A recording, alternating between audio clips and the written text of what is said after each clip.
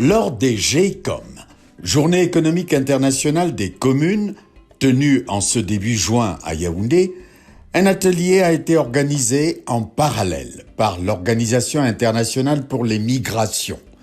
Il était question de mettre en exergue les contributions de la francophonie à l'agenda du secrétaire général de l'Organisation des Nations Unies pour prévenir et trouver des solutions durables au déplacement des populations.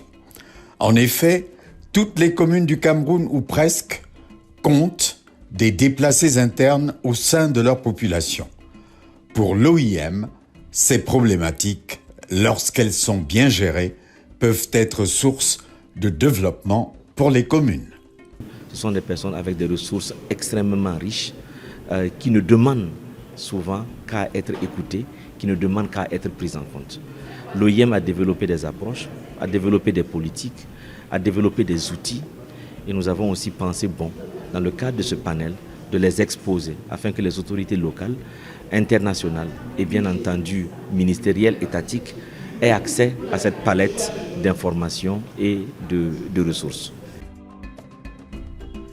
Comment se pose la question des personnes déplacées internes au Cameroun, qui occupent la 2e place en Afrique centrale en termes de chiffres après la République démocratique du Congo? Au Cameroun, on parle aujourd'hui d'une présence d'environ 1,5 million de populations déplacées internes. Ce sont des personnes qui quittent effectivement les régions du nord-ouest, du sud-ouest, mais également les régions de l'extrême nord à cause de ces situations, je dirais, sécuritaires. Mais au-delà de la question sécuritaire, il y a un autre pan de population déplacée interne que l'on oublie. C'est ceux qui se déplacent pour des raisons de changement climatique. Ceux qui se déplacent pour des raisons liées aux catastrophes naturelles. Vous n'êtes pas sans savoir qu'il y a des inondations qui arrivent dans notre région de l'extrême nord et tout cela crée effectivement des mouvements de population. Donc il nous paraît important de préciser que l'ampleur de ce phénomène touche quand même 1,5 million de Camerounais, hommes et femmes, et que cela appelle des vulnérabilités particulières, surtout celles liées aux femmes et aux enfants. Et à côté, bien entendu, de dire que au regard de cette ampleur, il est important que ce sujet soit discuté. Concrètement, comment une commune doit s'y prendre pour fournir aux personnes déplacées internes l'accès au logement, à la santé, à l'éducation ou à tout autre service? Comment mettre en place des conditions de sécurité pouvant permettre à ces populations de se déplacer sereinement? Comment les faire contribuer à la production de la richesse au sein de leur communauté d'accueil à travers les activités génératrices de revenus? La migration, lorsqu'elle est bien gérée, elle est bénéfique aux migrants et aux sociétés.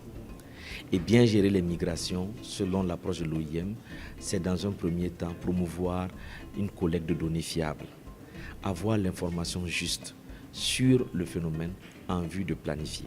La deuxième étape qui nous semble importante, au-delà des données, c'est justement de planifier, de se dire que nous sommes aujourd'hui dans un monde en mouvement et que d'ailleurs le monde a toujours été en mouvement, mais que de ce fait, on ne doit plus être surpris par une arrivée de population dans sa localité. On doit être en mesure de planifier.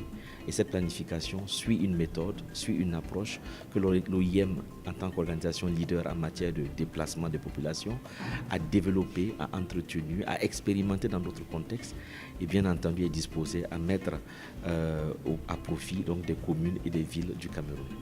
Il existe au Cameroun des communes telles que celles de Nkonsamba, Baganté ou Douala 3e qui sont pionnières dans l'intégration des personnes déplacées internes dans leur tissu économique local. Cette année, on a été amené à payer la pension scolaire, la pension de certains de ces enfants. Il y en avait 19 qui ont bénéficié d'une pension directe de la commune à la demande d'une ONG qui nous a saisis. Nous avons aussi, avec notre ONG, mis en place un programme d'insertion de ces déplacés internes. Nous leur apprenons, cette ONG recrute parmi les filles et les femmes issues de ces deux régions celles qui ont un certain know-how, mais qui n'ont pas de base commerciale, de notions de gestion pour pouvoir conduire bien leur affaires. C'est-à-dire que c'est des gens qui sont dans l'artisanat, qui sont dans l'informel. Ils sont donc directement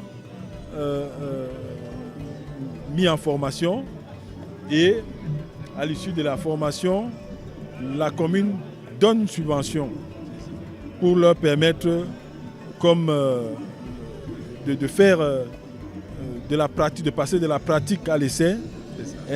Donc pendant une période d'essai, elles vont pouvoir bénéficier de l'argent de la commune et rembourser cet argent. On mesure, on évalue le taux de remboursement. Ce taux de remboursement, l'année dernière, l'année surpassée, parce qu'ils sont à la deuxième édition, l'année surpassée, il a dépassé les 90%.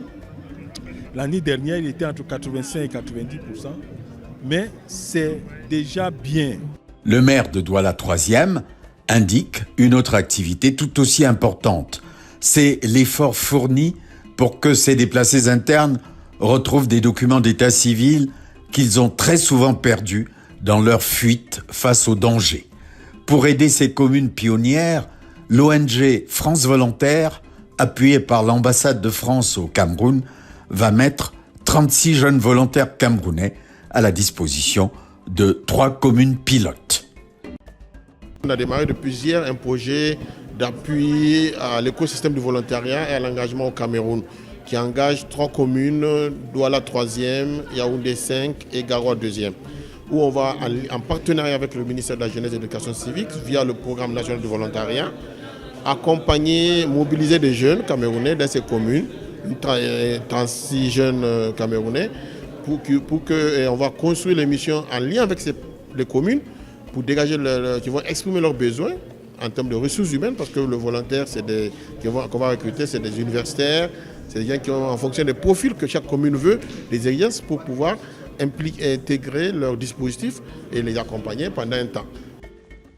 L'Association internationale des maires francophones, qui a pris part à cet atelier, se montre disposée à contribuer à l'adoption d'un texte avant-gardiste dans la promotion des droits des réfugiés, des déplacés internes et des migrants. Nous avons effectivement été sollicités par plusieurs partenaires et nous échangeons actuellement avec l'OIM et l'OIF sur la possibilité de monter collectivement une déclaration des maires francophones en faveur de l'inclusion des personnes développées. Donc c'est un sujet qui est à l'étude. Bien entendu, il faut que l'ensemble des parties prenantes et en particulier nos membres, les maires qui sont décisionnaires au sein de l'AMF, décident de se positionner sur cette thématique. Mais c'est en discussion et à l'étude, absolument. En définitive, on peut se poser la question de savoir ce que devient la personne déplacée interne. Finit-elle par s'intégrer dans sa communauté d'accueil ou bien son rêve reste de regagner tôt ou tard sa région d'origine?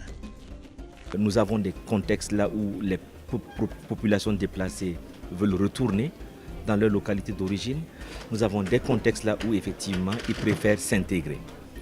Mais le critère important que l'on observe, c'est en fait est-ce que les conditions qui l'ont poussé à partir ont changé ou pas. Et c'est là où l'OIM apporte aussi un outil qui est l'enquête sur les intentions de retour.